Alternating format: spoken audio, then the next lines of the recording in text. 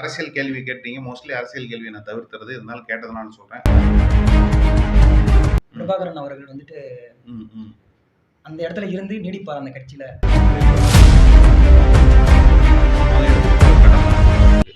சினிமாவில விஜயம். இல்ல அது சத்யராஜ் போன்ற ஒரு ஆளு இவ்வளோ வயசானதுக்கு அப்புறம் போய் மாட்டுக்கறி கிடைக்கலன்னா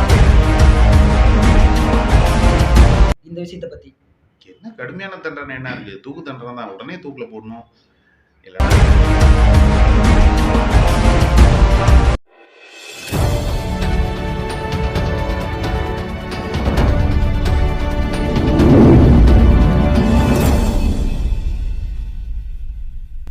அனைவருக்கும் வணக்கம். நம்ம பிருந்தாவன் குருபண்ணன் கூட இணைஞ்சிருக்கோம். அவர்கிட்ட இன்னைக்கு வந்து நிறைய சினிமா விமர்சனங்களை பத்தி நம்ம கேட்க போறோம். வீடியோக்குள்ள போலாம் வாங்க. அனைவருக்கும் வணக்கம்.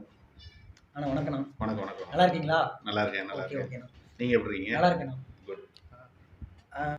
கேப்டன் அவர்களுடைய மறைவுக்கு பிறகு ம். ஃபர்ஸ்ட் எடுக்கிற இன்டர்வியூ வந்து இது உங்களது. ஆமா. அவருடைய மறைவை பத்தி என்ன நினைக்கிறீங்க? ம். அந்த மறைவினால வந்துட்டு அந்த கட்சிக்கு வந்துட்டு அனுதாப ஓட்டு கிடைக்குமா? உங்களுடைய கருத்து என்னன்னா? முதல்ல அவருடைய மறைவு பத்தி நம்ம நிறைய முகநூல்ல எல்லா விஷயத்திலையும் சொல்லிட்டோம். ஒரு மிகப்பெரிய ஒரு மகான், ஒரு வள்ளல், நிறைய பேருக்கு உணவளித்த ஒரு அன்னபூரணியாக இருந்தவர் கேப்டன் அவர்கள். அவர் மறைவுக்கு ஆழ்ந்த இரங்கலை நம்ம பல முறை தெரிவிச்சிட்டாலும் அவர் என்றும் நம் நினைவில் இருப்பார். அதில் எந்த மாற்றமும் இல்லை. இப்போ அரசியல் கேள்வி கேட்டீங்க. மோஸ்ட்லி அரசியல் கேள்வியை நான் தவிர்த்துறது. இருந்தாலும் கேட்டதுனால சொல்கிறேன். அரசியலில் இப்பொழுது அனுதாப ஓட்டுகள் பெரிதாக ஜெயிப்பதில்லை. இப்போ எல்லாம் மக்கள்லாம் ட்ரெண்டு மாறிட்டு வராங்க. இருந்தாலும் அவருடைய கட்சியிலேருந்து வெளியே போனவங்க, அவருடைய கட்சிக்காக இருந்தவங்க ஒரு டைம் திரும்பியும் மாற்றி ஓட்டு போடுறதுக்கு வாய்ப்பு இருக்குது. அனுதாப அலை அப்படிங்கிறது ஒரு அப்போ முன்னாள்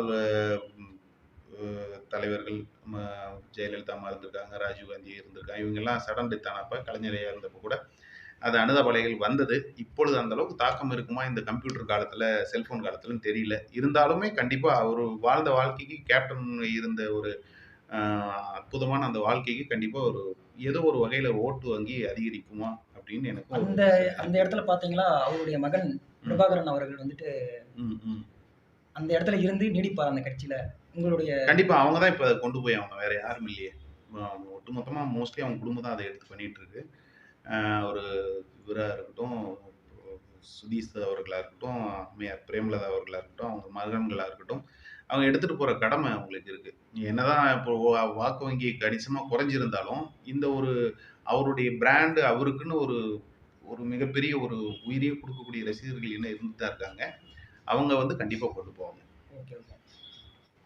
அடுத்து வந்துங்க, இப்போ வந்துட்டு சினிமாவில் வந்துட்டு விஜய் அவர்கள் வந்துட்டு விலகுவதாக சொல்லிட்டாங்க. அதே மாதிரி வந்து அஃபிஷியலாக வந்துட்டு கட்சியும் தொடங்கிட்டாரு. அதுக்கான பேர் கூட வச்சுட்டாங்க. இப்போ வந்து அந்த கட்சியில் வந்துட்டு நிறைய நடைமுறைகள் வந்து அவர் வந்து செயல்படுத்திட்டு வந்துட்டு இருக்காரு. அதில் வந்து ஃபர்ஸ்ட்டாக வந்துட்டு அந்த ஆப் மூலமாக வந்துட்டு நிறைய பேர் இணைஞ்சிருக்காங்க. ஆமாம், பல லட்சம் பேர் இணைஞ்சிருக்காங்க அப்படின்னு சொல்லி தகவல்கள். அவர் கட்சி ஆரம்பிச்சதுக்கும் அவர் வந்து சினிமா விட்டு விலக போறாருன்றதுக்கும் நீங்க வந்து ஒரு தியேட்டர் ஓனரா உங்களுடைய பார்வை என்ன அப்படின்றத நீங்க தியேட்டர் ஓனரா வருத்தம் தான், அதுல எந்த மாற்றமும் கிடையாது.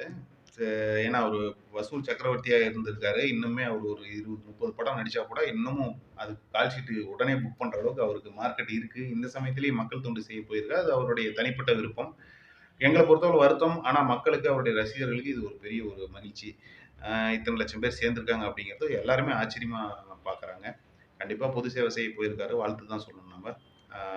கண்டிப்பாக விஜயோடைய பொது வாழ்க்கை சிறக்க வாழ்த்துக்கள். நீங்க வந்துட்டு அவருக்கு வந்துட்டு வாய்ப்பு கொடுப்பீங்களா ஓட்டு போடுறதுக்கு? நீங்க போடுவீங்களா? ஒரு தியேட்டர்காரா இல்லாம ஒரு தனி மனிதனா கேட்குறேன். அவர் என்ன கருத்துக்கள்லாம் முன்வைக்கிறான்னு பார்ப்போம். ஏன்னா இப்போ பாராளுமன்ற எலெக்ஷன்ல இல்லைன்ட்டாரு, வரலன்ட்டாரு. சட்டசபை எலெக்ஷன்ல வரன்றிருக்காரு. அவருடைய கருத்துக்கள், அப்புறம் அவருடைய கூட்டணி, இதெல்லாம் நம்மளுடைய கருத்துக்களுக்கும் கருத்தியலுக்கும் உட்பட்டுச்சுன்னா கண்டிப்பா ஓட்டு போடலாம். தப்புலையே, நல்லது செய்யறது தானே. ஓகே. இப்போ ஒரு 2-3 நாள் இருக்குன்னு நினைக்கிறேன்.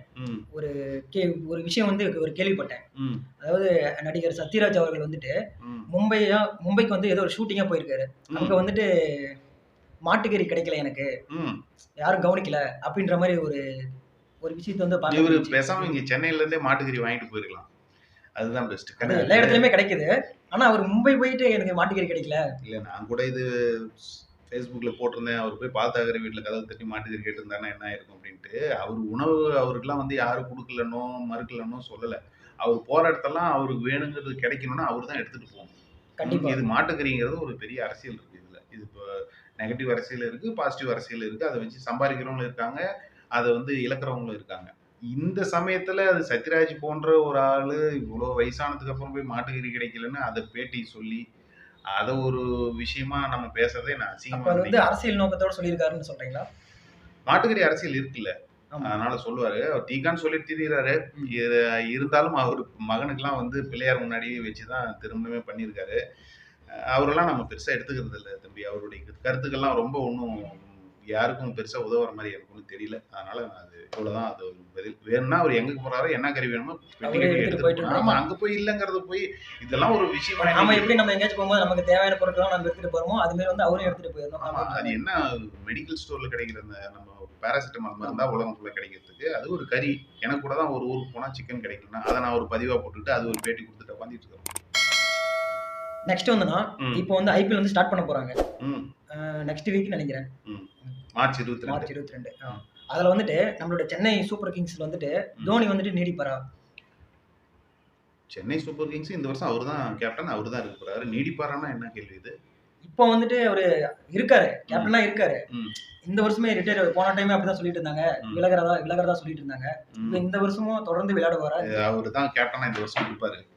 கண்டிப்பா இந்த வருஷமும் கப் அடிக்கிறதுக்கு உண்டான முயற்சி எல்லாம் பண்ணுவாரு. முடியெல்லாம் பெருசா ஃபங்க்லாம் விட்டுருக்காரு. அழகா இருக்காரு. ஆமா. அது ஆல்வேஸ் ஸ்மார்ட் தோனி. அப்புறம் இந்த வருஷம் ரிட்டயர்ட் ஆவாரா அப்படிங்கிறது எனக்கு தெரிஞ்சு இட்ஸ் டைம்.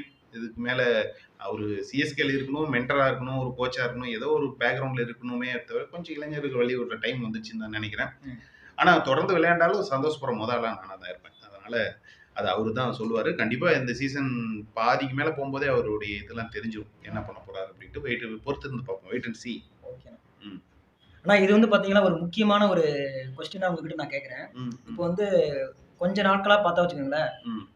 சிறுமிகள வந்துட்டு பாலியல் தொல்லை குடுக்குறது, பாலியல் பலாத்காரம் பண்றது, இது மாரி நெறைய வந்து பேப்பர்லயும் பார்க்க முடியுது. ம். நியூஸ்லயும் பார்க்க முடியுது. ம்.